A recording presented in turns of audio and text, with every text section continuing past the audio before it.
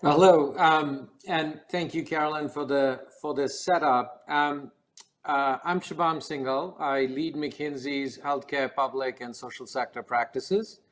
What I thought I would do is give you in the next 6 or 7 minutes a sense of the big trends around healthcare at this moment that leaders around the world are watching and working against.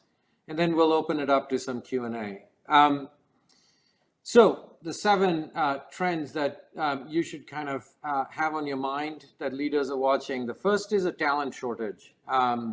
This has happened across many parts of the economies, including in healthcare. And as the attrition of nursing staff, physicians, the early retirements, et cetera, have increased, we have seen a shortage appear across the world. And it's interesting, as many times when the shortage existed in developed markets, you would see a movement of talent happening from developing countries, but we're actually seeing the shortage extend to many of the developing countries as well.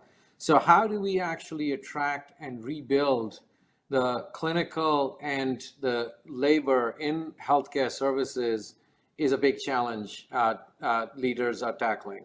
The second is inflation. I think everyone knows that that is on the move. And in healthcare, inflation many times moves a bit slower, but can be quite significant and quite sticky over time. As the costs go up, they don't come back down quite as easily as the rate of cost increase goes up. To give you a sense, just if you look out 5 years from now, inflation would result in, just in the United States, costs being $370 billion more than they would have been as we looked before the pandemic and before inflation reared its head. The third, and as a result, is sustainability of healthcare costs. Dealing with the pandemic has required all hands on deck, all resources put in against it. A lot has been spent into the healthcare system.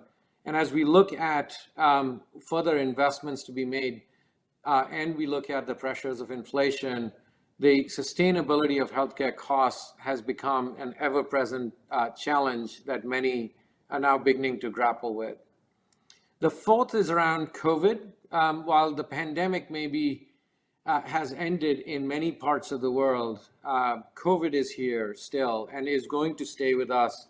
And endemic COVID, in addition to continuing to threaten lives, is also puts strain on the healthcare system, as well as a financial burden. Again, analysis that we've done in the United States suggests that the ongoing COVID costs add another $220 billion of spending required just in the United States every year for treating COVID and all the spend that goes around that. Then if you look at a couple of the trends that had been playing out before and are ones that leaders are really focused on, aging, particularly in developed societies and even some of the middle income countries, is a real issue. We have an aging population. It takes down the workforce. It increases the need for healthcare services. It increases the need for the care and people required to provide those services. And, you know, people are living in old age for longer at this point, more so than any time in history. So how do we get people to be in good health, in productive health, in ability to do the kinds of things that they want to do, and perhaps even continue to work, should they so choose to? That is that is kind of the challenge of the day. What we have generally gotten quite good at is extending health. We have not yet gotten good at figuring out how to keep people in good health in that extended period of time that we have seen life extension happen. And that is just an area that so many around the world are trying to now figure out and see how we provide those kind of the healthy aging of societies. Number 6 is around chronic conditions. Again, this is something even pre-COVID has been one of the biggest defining moments in the last 20 to 30 years. Interestingly, some of the countries who did not see the kind of chronic conditions as some of the Western nations had, for example, in Asia, are beginning to see the rise of things like diabetes, which then leads to a number of other conditions. One of the things that COVID has made us aware, and Carolyn talked about a session that'll happen later, is the recognition of mental and behavioral health, which has risen quite significantly, and our understanding of it during this time. But how do we provide the access and the treatment with behavioral health as another chronic condition, and one that actually exacerbates a range of other physical health conditions over time? And how do we pivot our healthcare systems, which are quite meaningfully designed around hospitals so we can treat people when they have acute events?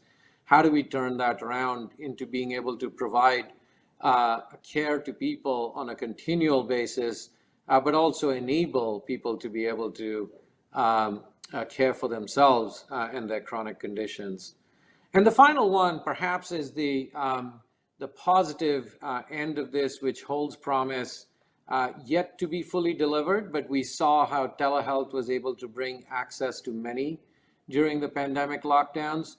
More broadly, could the power of data and technology enable us to have a more productive, more present, more accessible, better experience, better quality outcome, and ultimately more affordable healthcare system?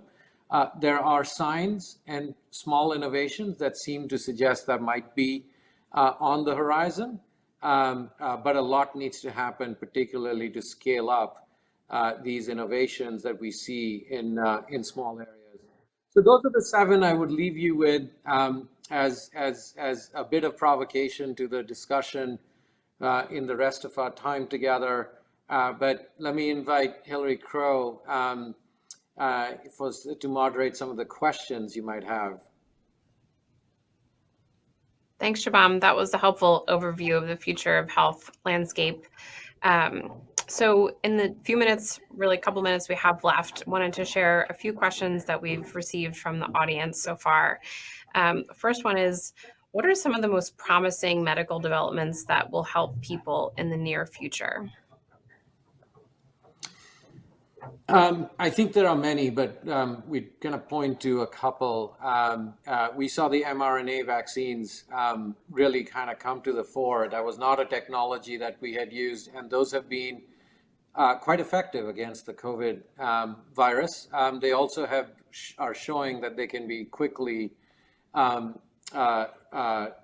rejiggered for new variants. I think that is going to be a great platform for further innovation, whether in vaccines or, frankly, where it was being targeted for cancer treatments and the like. So that's one to watch. The broader area of gene therapy and genomics is another one where there are a number of treatments arriving that hold great promise. Okay, and time for just one more. This has been a big topic of discussion over the course of the pandemic in creating greater access to care for those all around the globe. And so this question asks, what's the biggest impact technology can make in providing healthcare to underserved populations? It's a very good question because equity of access is one of the biggest issues to resolve. Now, I mentioned earlier, telehealth has been an area that's expanded access, particularly in behavioral health. It doesn't solve all, though, because not everyone has access to broadband or high-speed internet. Mobile technologies, though, have been deployed in many countries, including lower-income ones, where you can actually gain access to professionals in very meaningful ways. So those are probably going to be, as we look at the combination of devices, the combination of mobile communication, and over time, as we expand access to internet, of telemedicine itself, the expansion of access into rural areas, into disadvantaged communities and far-flung ones is one that holds great promise over time. Great. We are out of time, but thank you, Shubham, for joining us, and looking forward to our next segment with Suzanne Clark and Anita Alleman from Walgreens. Thank you, Hillary.